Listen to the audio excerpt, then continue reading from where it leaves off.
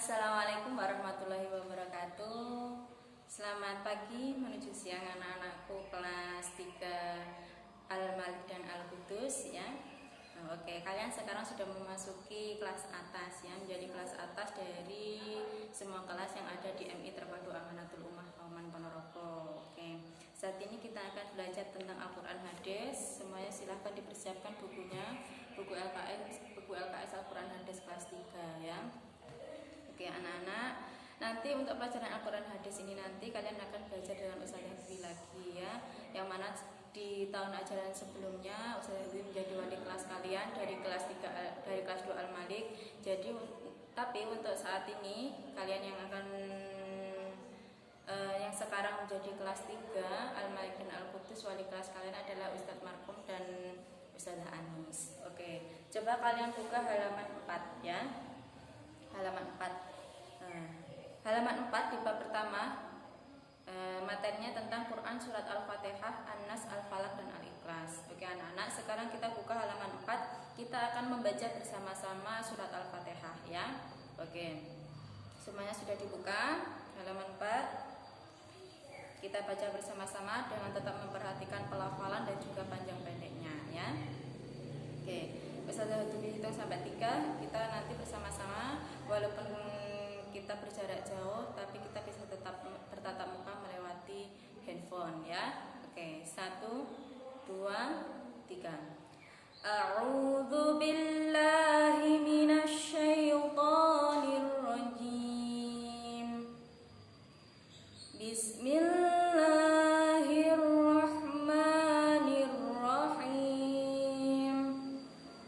Alhamdulillahi rabbil alamin. Ar-Rahmanir Rahim. Maliki yaumiddin. Iyyaka na'budu wa iyyaka nasta'in.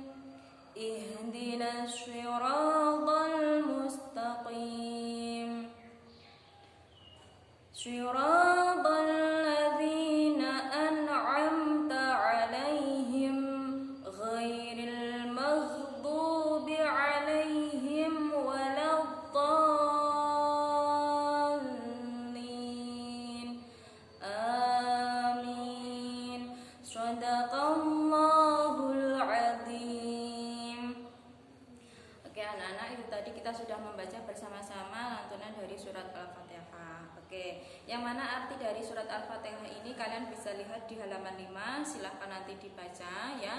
Di halaman 5 tersebut sudah ada arti dari surat Al-Fatihah, yang mana surat Al-Fatihah ini terdiri dari 7 ayat. Oke, sekarang kalian buka di halaman 7. Oke, kita akan memahami kandungan surat Al-Fatihah ya.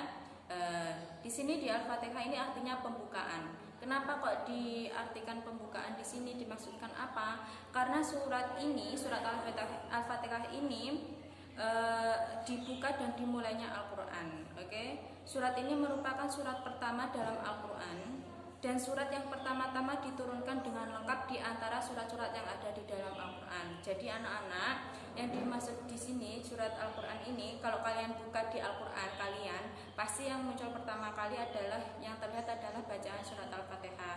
Makanya surat Al-Fatihah ini diartikan dengan pembukaan. Karena apa? Sebagai pembuka dalam membaca Al-Quran. Oke. Dan juga surat Al-Quran ini, surat Al-Fatihah ini dibandingkan dengan surat-surat lainnya adalah surat yang diturunkan secara lengkap. Jadi diturunkan oleh Allah, menurunkan ayat atau surat Al-Fatihah ini kepada Nabi Muhammad langsung 7 ayat ya. Di antara surat-surat yang lain, dibandingkan dengan surat-surat yang lainnya, maka surat Al-Fatihah ini adalah surat terlengkap yang diturunkan Allah oleh kepada Nabi Muhammad ya.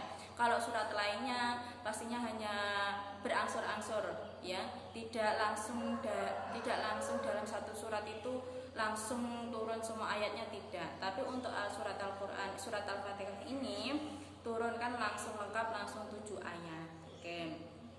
Surat Al-Fatihah terdiri dari 7 ayat yang diturunkan di kota Mekah. Karena diturunkan di kota Mekah, maka dinamakan surat Makkiyah ya anak-anak. Jadi yang dinamakan surat Makkiyah dan Madaniyah itu ada artinya. Kalau dinamakan surat Makkiyah karena diturunkan di kota Mekah, sedangkan kalau dinamakan surat Madaniyah karena diturunkan di kota Madinah.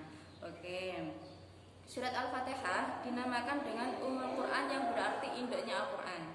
Selain itu dinamakan dengan Asbabul Masani, artinya 7 yang berulang-ulang karena jumlah ayatnya 7 dan dibaca berulang-ulang dalam sholat. Oke anak-anak, surat Al-Fatihah ini tadi di sini dijelaskan dinamakan dengan As-Sab'ul Masani. Kenapa disebutkan di situ? Karena surat Al-Fatihah ini dibaca berulang-ulang dalam sholat. Seumpama kalian sholat duhur ya.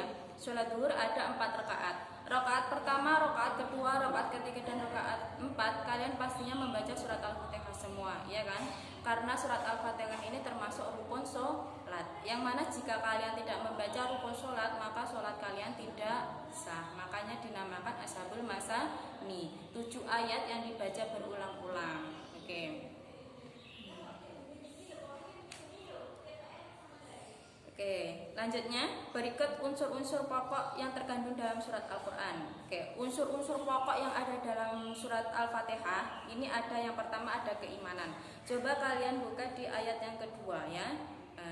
Di ayat yang kedua di situ mengandung arti segala puji bagi Allah Tuhan semesta alam, yang mana berarti kita wajib untuk menyembah kepada Allah, tidak boleh menyembah kepada yang lainnya. Makanya dinamakan keimanan, yaitu percaya bahwa segala yang ada di muka bumi ini adalah ciptaan dari Allah Subhanahu wa Ta'ala, dan juga apa yang diberikan oleh Allah kepada kita itu termasuk kenikmatan yang tiada tara ya.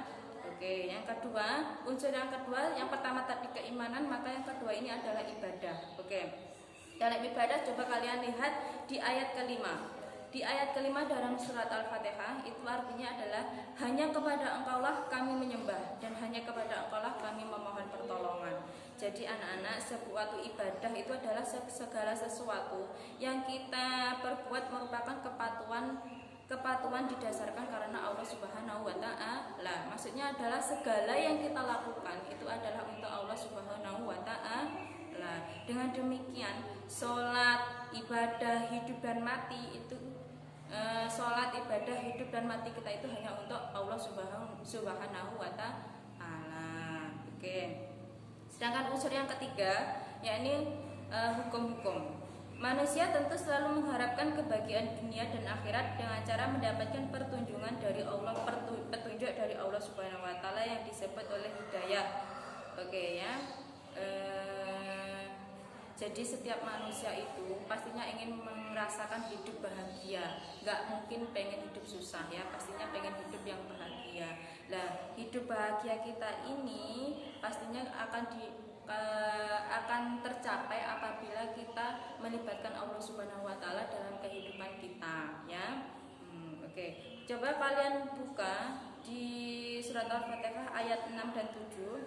Di situ artinya yaitu tunjukkanlah kami jalan yang lurus, yaitu jalan orang-orang yang telah Engkau beri nikmat kepada mereka, bukan jalan mereka yang dimurkai dan bukan pula jalan mereka yang sesat. Oke. Dalam ayat ini dijelaskan juga tentang kita meminta petunjuk kepada Allah agar Allah itu selalu memberi jalan kita jalan yang baik ya, jalan yang lurus, bukan jalan yang tidak baik. Jadi anak-anakku semua, ketika kalian melakukan suatu hal atau memulai suatu hal, jangan lupa kalian itu melibatkan Allah dalam segala hal. Contohnya ketika kalian mau melakukan suatu pekerjaan, jangan lupa baca basmalah, bismillahirrahmanirrahim. Berarti kita sudah menyebut atau melibatkan Allah dalam segala urusan kita. Oke. Unsur yang keempat, yakni kisah-kisah orang terdahulu ya. Kisah-kisah orang terdahulu di situ sebagian besar dari ayat-ayat Al-Qur'an memuat kisah-kisah para nabi ya. Dalam Al-Qur'an itu sudah dijelaskan semua ya, tentang kejadian di masa lampau dan yang akan datang itu sudah ada di dalam Al-Qur'an. Makanya Al-Qur'an itu termasuk penyempurna kitab-kitab terdahulu. Yang sebelumnya ada kitab Zabur, kitab Taurat, itu semuanya sudah terangkum di dalam Al-Quran. Makanya Al-Quran tadi disebut apa? Disebut penyempurna kitab-kitab terdahulu ya. Oke. Pada ayat ke-7 yang dimaksud dengan orang yang diberi nikmat dalam ayat ini ialah para nabi, para shodiqin, para syuhada dan para sholihin. Ayat ke-7 yang mana artinya itu jalan orang-orang yang telah Engkau beri nikmat kepada mereka, bukan jalan mereka yang dimurkai dan bukan pula jalan mereka yang sesat. Ayat ke-7 tersebut dalam surat Al-Fatihah ini yang dimaksud dengan orang yang diberi nikmat dalam ayat 7 itu adalah para nabi, para siddiqin, para syuhada dan sholihin ya. Para nabi, siddiqin itu orang-orang yang jujur, syuhada itu orang yang mati syahid, dan sholihin itu adalah orang-orang baiknya, sholihin yang beramal sholih ya. Sedangkan orang-orang yang dimurkai dan orang-orang yang sesat ialah golongan yang menyimpang dari ajaran Islam. Perincian dari yang telah disebutkan di atas terdapat dalam ayat-ayat Al-Quran pada surah-surah yang lain. Oke anak-anak, tadi kalau yang dimaksud adalah orang yang diberi nikmat dalam ayat 7 itu adalah para nabi, para siddiqin, para syuhada dan para sholihin. Maka yang dimaksud dari orang-orang yang dimurkai dalam ayat ke-7 dari surat Al-Fatihah ini adalah orang-orang yang kufur ya, orang-orang yang kafir, orang-orang yang tidak mempercayai Allah dalam suatu kehidupannya, maka dinamakan orang kafir yang tidak percaya ajaran Islam. Nah, orang yang menyimpang dari ajaran Islam maka dia dinamakan orang-orang yang dimurkai oleh Allah Subhanahu wa Ta'ala.